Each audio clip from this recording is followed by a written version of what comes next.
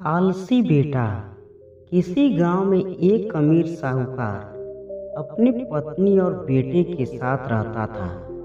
उसके बेटे का नाम सुमित था। उसका बेटा सुमित बहुत आलसी था और साहूकार बहुत मेहनती था।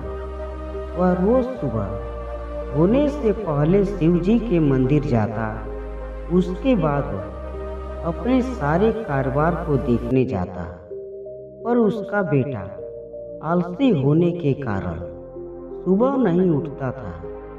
एक दिन साहूकार अपने बेटे को खेत पर ले जाने के लिए जगाने लगा, पर उसका बेटा नहीं उठा और बोला, मुझे सोने दीजिए पिताजी। साहूकार उसकी आलसपन को देखकर बहुत दुखी होता था।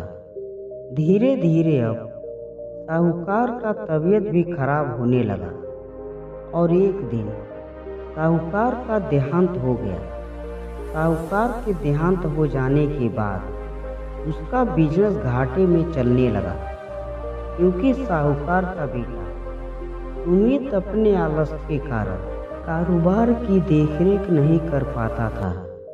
एक दिन सुमित अपनी माँ से कहता है, माँ, हमारे कारोबार में बहुत घाटा हो रहा है और हमें इस कारोबार का कुछ भी पता नहीं है। माँ बोली, तुम अपने नाना के पास जाओ, तुम्हारे नाना को इस कारोबार के बारे में बहुत जानकारी है। सुमित अगली सुबह अपने नाना के पास जाता है और नाना जी को सारी बात बताता है।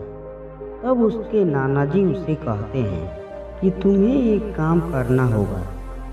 तुम्हें रोज सुबह सूर्य उगने से पहले उठकर शिव मंदिर जाना होगा और उसके बाद अपने सभी कारोबार को देखने जाना होगा।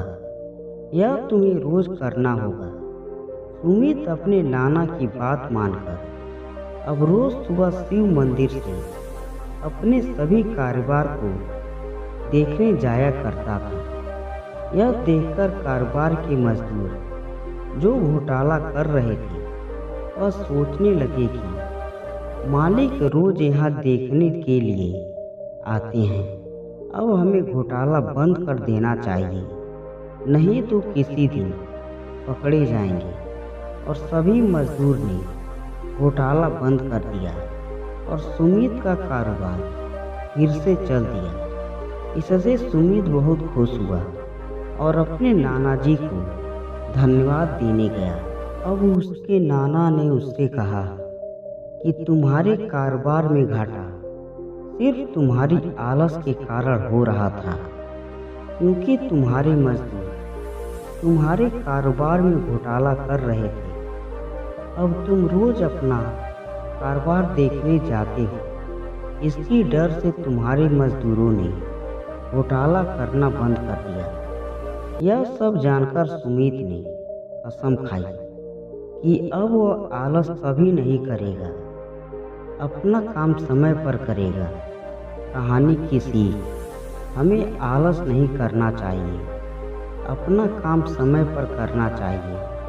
ये कहानी आपको कैसी लगी कमेंट्स में ज़रूर बताएं। साथ ही वीडियो को लाइक, शेयर, चैनल को सब्सक्राइब जरूर करें।